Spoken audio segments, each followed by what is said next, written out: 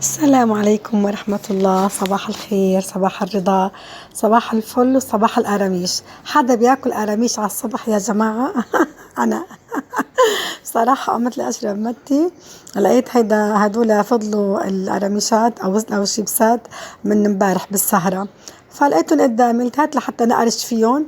يعني أحلى ما أشرب متي بلشي. طبعا أنا كمان أكيد إنه أفطرت الصباح بساندويش صغير بجبني.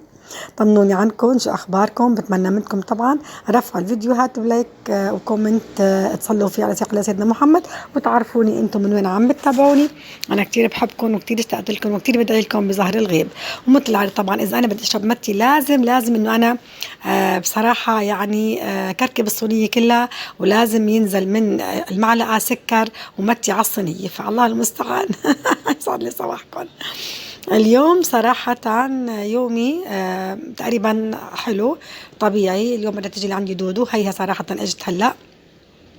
قمت انا على السريع لانه بدي اشرب انا متي، هي صراحة متي ما بتشرب، فهي بس صبحيتنا مع دودو مع فنجان القهوة وشوية حلو، طبعا حلو العيد او مثلا بسكويت او اي شيء. فهلا هون طبعا انا سويت القهوة بعد ما انا شربت متي لحالي، وهي أحلى صبحية مع دودو حبيبة قلبي، وأكلنا من حلوة. وأنا حتى لو في قهوة لازم أشرب متي، ما في مجال، طبعا هيدا مشروبي المفضل. طبعا إجاني هدول هدايا اتنين صراحة، عفوا مجات اتنين وهدية. اللي بيعرف من عند مين اجوني هدول المجين هدية، بدي ادعي له بظهر الغيب، حذروا فزروا. طبعا هيدا المج كتير كبير، خارج الكابتشينو ونسكافيه طبعا كتير كمان كبير. وانا بصراحه مرات كتير هيك بحب اعمل كميه كتير كبيره من الكابتشينو، لانه بصراحه بكون مشتهيتها يعني. ماشي. وهداك المج اللي كله قلوب وكله ورد وكله حب وكله يعني بصراحه دلع كمان بجننوا. فقولوا لي من وين هدول اجوا لي هالمجات اتنين. وانتم طبعا بتعرفوا كمان انه انا يعني بحب المجات وانا عشقي المجات. طبعا فلت دودو خلص، روحت بقى وخلصت الزيارة والصبحية، وفتنا على المطبخ لحتى نشوف شو بدنا نعمل. طبعا هيدا كمان كرواسون صغير، مقاسات صغيرة، لأنه مرات كتير مثلا بنمسك حبة الكرواسون بناكل منها وبيفضل منها. أنا هون بلبنان ما عندي ميكروويف يا صبايا، فأنا مضطرة سخن على الشياطة. إنما بسوريا لا، كنت أسخن الميكروويف، أسخن الخبز أو الرز أو مثلا الكرواسون أو مثلا أي شيء بالميكروويف. هون ادعوا لي بقى الله ييسر أمري، وإن شاء الله بنشتري ميكروويف قريبا يا رب. هون طبعا نحن واشتريات تقريبا هدول احنا بكفونا أسبوع. قطعة الجبنة هاي جبنة عربية طبعا، يعني جبنة بيضاء بلدية. جبنة الأشقوان كمان لانشون أو مرتديلا الحبش، هيدا كمان كتير صراحة مفضل عنا كلنا يعني بنحبه. العودي على فكرة بحبه كمان كتير هيدا. وشوية خضرة للبيت، شوية برتقان طبعا من شان العصر، يعني شغلات أمور بسيطة ممكن إنه نحن نستهلكها ونحن بحاجتها ضمن الأسبوع. خبروني بالكومنتات إذا بدكم فيديوهات خاصة بشي انتو بدكم إياه، قولولي. هيدا البردقان للعصر، لأنه نحن هلأ بهيدا الجو المتقلب بين الصيف، يعني بين الشتاء وبين الربيع وبين الصيف. صراحة نحن هون لأنه على البحر كتير عم بيجي تقلبات بالطقس كتير. يعني هلأ أنا مثلا مش عارفة صوتي إن شاء الله ما يكون إنه باين، كتير تعبانة يعني صوتي والحنجرة وهيك. هيدا طبعا بونجيس للي بيكون مستعجل وما له خلق يعصر بردقان. طبعا مثل حالاتي يعني انا دائما مستعجله وما يعني ما بطول بصراحه بالي لحتى اعمل عصير فريش، مع انه العصير الفريش اطيب وكمان طبعا فائدي اكثر. وهيداك بونجيس لا، هيداك طبعا مواد حافظه واصبغه، انا عارفه هالشي. وهيدا كمان صراحة عصير، كمان هيدا عصير برتقان فريش من مكان بيقولوا له العقاد، هون طبعا أشهر مكان عصير أو عصائر بصيدا. فكمان بنضلنا نجيب يعني شيء احنا بنعصر وشيء بنجيبه جاهز. اليوم غدانا صراحة فتوش على مقالي. ليش؟ لأنه أنا بكرة عندي يوم التنظيف، بكرة بدها تجي الصبية أو تنظف البيت. فاليوم بدي اعمل اي شيء، وبكره عندي التنظيف، واللي بعده عندي مشوار ان شاء الله بدي اخذكم معي على الكورنيش وعلى البحر، ونطلع بدنا نطلع نغير جو. عندي هدول بصراحة كانوا ضمة بقدونس، شوية خضرة طبعا هدول فاضلين من الأسبوع الماضي، فلازم إنه أنا أخلص كل شيء بالبراد يعني قبل ما أشتري خضرة جديدة. هيدا طبعا خبز الفتوش أكيد قصيتهم، على فكرة ما كترت، رغيفين خبز بس قطعتهم بهيدا الشكل. أو هون بقى الخضرة البندورة والجزر والخيار، هدول لأنه بيكونوا مغسولين قبل الفرم. ففرمتهم أول، وبعدين رجعت فرمت البقدونس والفجل والملفوف والنعنع والبقدونس والبصل الأخضر، يعني كل الخضرة بصراحة الموجودة بنص البراد. هيدي بصراحة الفتوش هيدا هو أنا بعتبره تنظيف البراد.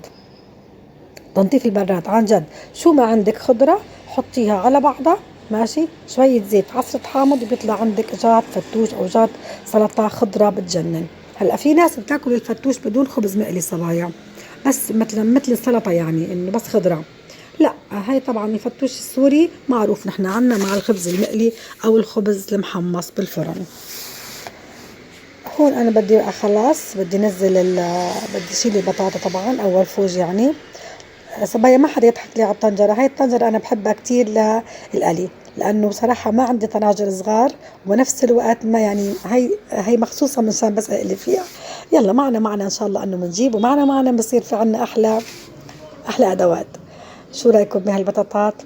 بيستاهلوكم مو؟ يا ريت لو إنكم حدي حتى تاكلوا أطيب بطاطا مقلية وأطيب جات فتوش كمان. بتمنى منكم كمان إذا كنت لهلا عم تشوفيني حبيبة قلبي، بتمنى أنك تساعدي أختك حنان بلايك لحتى يرتفع الفيديو، وكومنت صغير تقولي لي عن اسمك ومن وين عم بتتابعينا. وهيدا غدانا البسيط. كان عندي كمان شوية رز صراحة أوزي من امبارح أو من أول امبارح كمان، حرام طبعا هاي النعمة ما بتترمى. كمان سخنتهم وحطيناهم، صار في بطاطا مقلية، فتوش، و يعني صحنين رز الأوزي، فاللهم لك الحمد. طبعا هاي أنا الأوزي حطيت لكم إياها، صورتها أنا بس لسه ما نشرتها. هاي الأوزي السورية، بكرة إن شاء الله أنا بنزل لكم الفيديو. والتحلاية طبعا كانت اللي هي صحن محلى، اللي هو بالمي والسكر والقرفة وشوية سمن بلدي، يعني شوية يعني صحن الحلو على ما قسم، على حسب الماديات أو على حسب ميزانيتنا. هون طبعا انا خلاص تقريبا عم بستنى المغرب، وعم بشرب الكابتشينو بالمج الجديد اللي اجاني هديه، وبدي اياكم تقولوا لي من وين اجاني هيدا المج. فعم بقرا ما تيسر من القرآن الكريم حتى يأذن المغرب بإذن الله سبحانه وتعالى. يا ريتكن حدي، يا ريتكن حدي. هون هلا نحن طبعا هلا يوم جديد وصباح جديد ويوم التنظيف، لانه قلت لكم انه انا امبارح طبعا بهذا الفيديو كان يعني يومين، يوم اول ويوم ثاني، وانا هون عم لكم خلص يلا باي. طبعا هون اليوم الثاني اللي هو يوم التنظيف، اجت الصبيه الله يعطيها العافيه شحه وقلبت طبعا البيت فوقاني تحتاني. يعني لازم يكون في يوم تنظيف كل أسبوع أو كل 10 أيام حتى تضل الشقة نظيفة وطاهرة، وما في أحلى من النظافة، ريحة النظافة. هيك نحن بيكون خلص يومنا بهيدا التنظيف. إن شاء الله بكرة أنا طالعة مشوار رح أخدكم معي، أو مش عارفة إذا بصراحة إذا بنزلكم فيديو البحر ولا فيديو الأوزي.